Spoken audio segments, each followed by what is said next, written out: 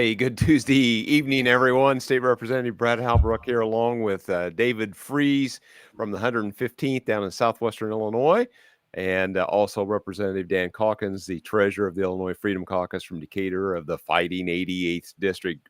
Welcome, gentlemen. What's going on in your neighborhoods this evening? Oh, it's just another hot, beautiful evening in central Illinois. Yeah, the heat is Listening, on. listening to the corn grow. It's early. It's just awfully early for this kind of heat. This is normally July, July weather, but we'll see how it goes. Everything else is going pretty well.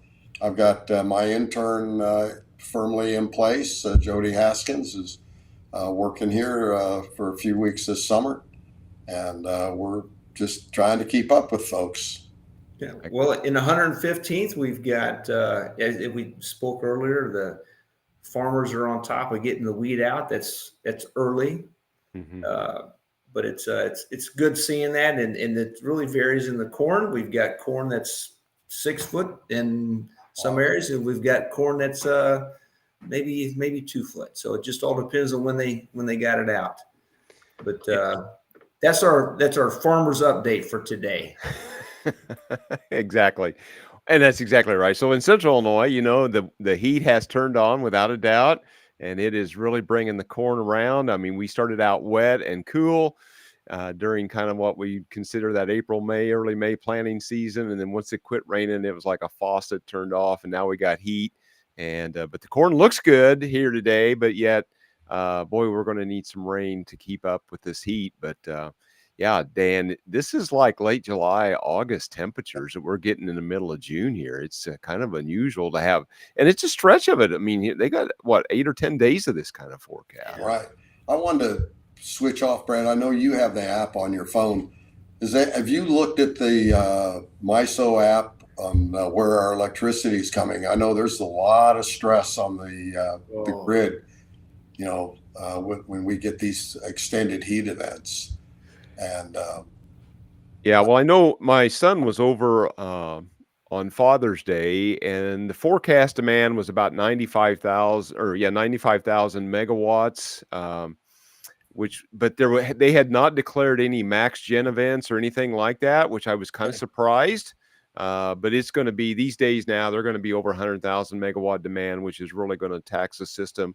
It looks like pretty much a third of it's coal, third of it's natural gas. Nuclear stays in there about 10% all the time. We've had good wind. I mean, that's kind of the interesting. That wind is kicking up there in the low to middle teens as far as the percentage of the fuel mix, and solar is in the low single digits on a part of the fuel mix. So, boy, as much effort has there been on solar in central Illinois, it's still not a lot of production coming from solar, but wind is doing. There's a lot of production coming from wind. So yeah, I know we've got.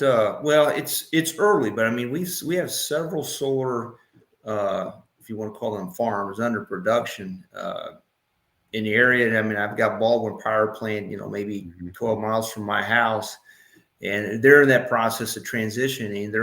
They're still generating coal power, but they're going to put out some solar panels and make that transition over. On a day like today, I'm glad it's churning coal power because that's reliable energy that runs my AC. Yeah, without a doubt.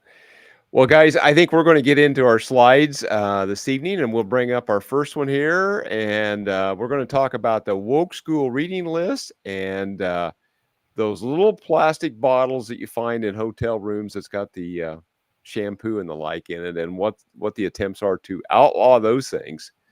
So the first bill, gentlemen, that we're going to talk about is 2401, HB 2401. And Dan or David, if you want to pick up and talk about any of those 3 bullet points there, just open it up and you can discuss any of that you'd like. Well, as the husband of a school teacher, this is one of those things that is extremely frustrating for us as parents. We've got, the bill requires schools to include diversity, equity, inclusion, LGBTQ authors on the reading list. This is what they're worried about, as opposed to whether or not kids can actually read at grade level and whether or not they can do math at grade level. We really need to get down to the basics, read and write and arithmetic, focus on those, not worry about this DEI stuff. Because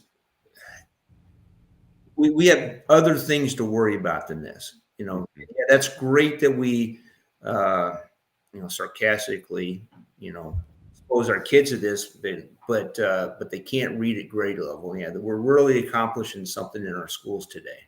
Mm-hmm. Well, and on top of that, David, this isn't teaching anything. This is indoctrination. I mean, this isn't education. When we're talking about DEI or LGBTQIA plus reading lists and whatnot. But yeah, the good news is the kids can't read anyway, so maybe they don't. Maybe it's not as bad as we think, then, is what you're saying? I don't know. But it's a travesty. It really is that we're forcing all of these requirements on our schools, and we're so far away from proficiency in math and reading, critical thinking, history of this country, and but this tells you what the priorities are for Democrats, and that's. I was reading an article today, and I think I put it up in our chat. Why would anybody vote for a Democrat? And this is part of it. Right. What they've done to our education system.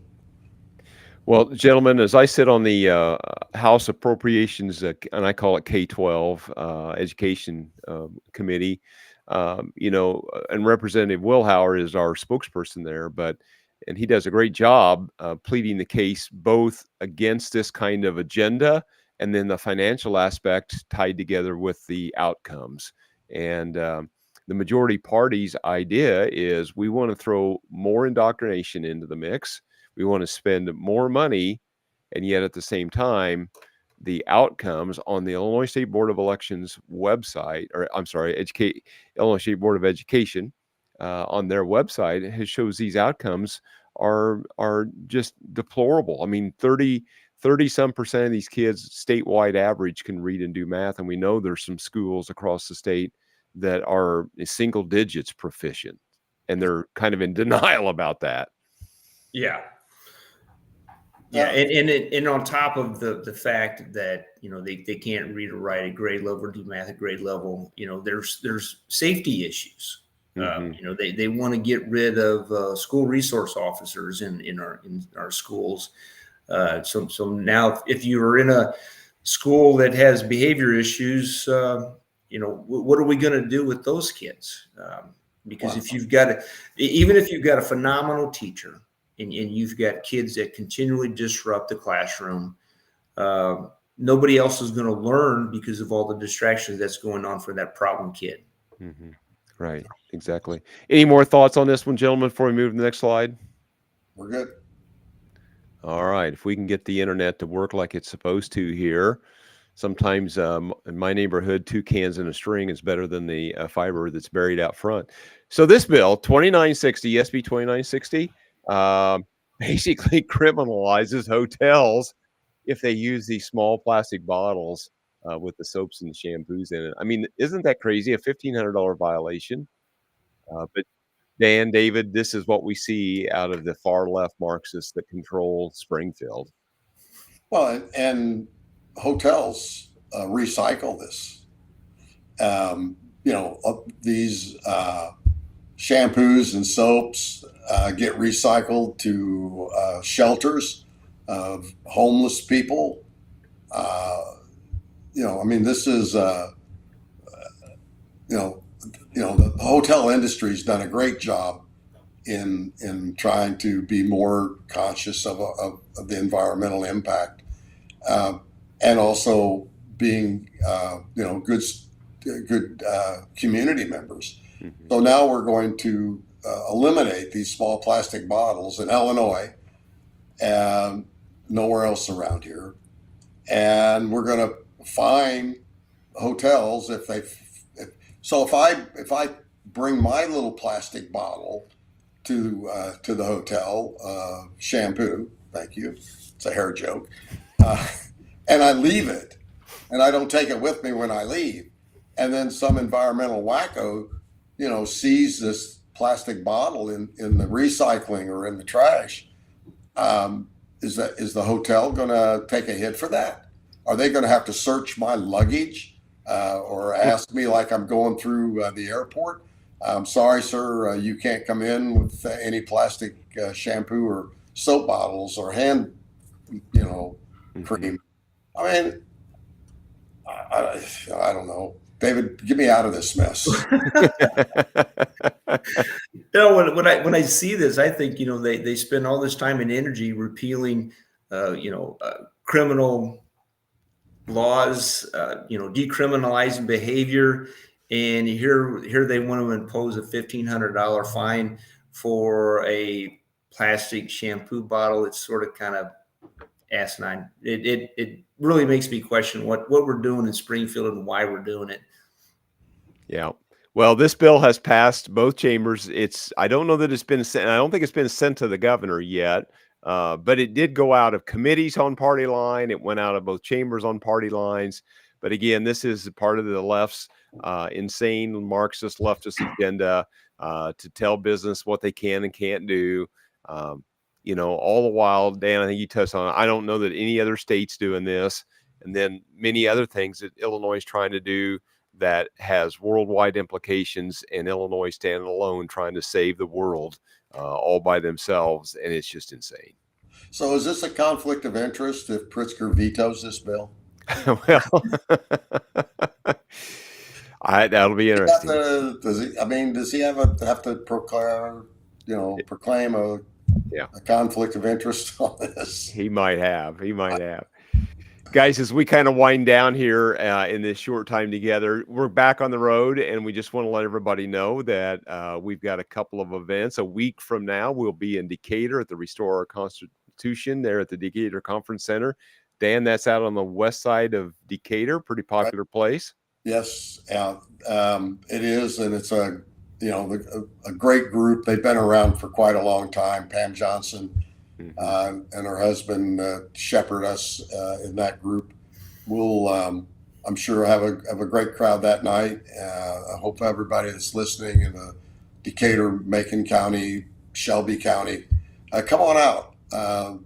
We're going to do what, Brad? We'll have a recap of the session and talk about how things are looking for the fall. Yeah, we'll have maybe a 45 minute presentation, kind of recapping the major issues that move through Springfield, and then have time for Q&A.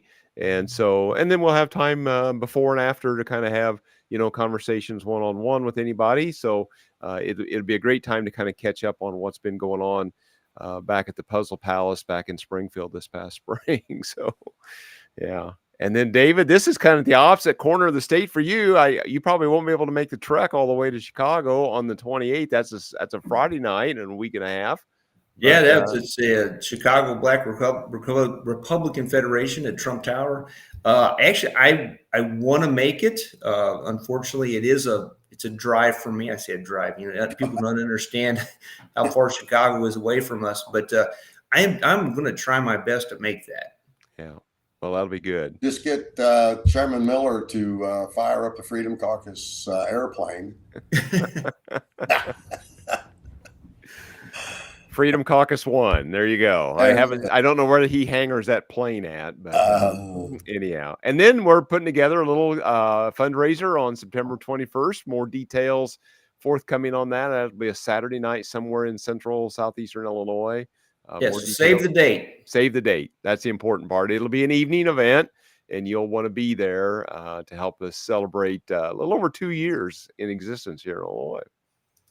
And here's our closing slide. If it'll roll up here. Yep. You can find us on the web, find us on the X, find us on social media about everywhere. And I don't know why the internet is dragging really slow here today, but must be the weather. It's the high temps. High temps or a solar flare. Well, the high temps do have an effect on power lines. I mean, Mhm. You get side and power lines so that we keep this up for a week. Mhm. I'm going to click a slide off and see if maybe, yeah, Yeah. there, I'm going to bring it back. There we got it. Okay.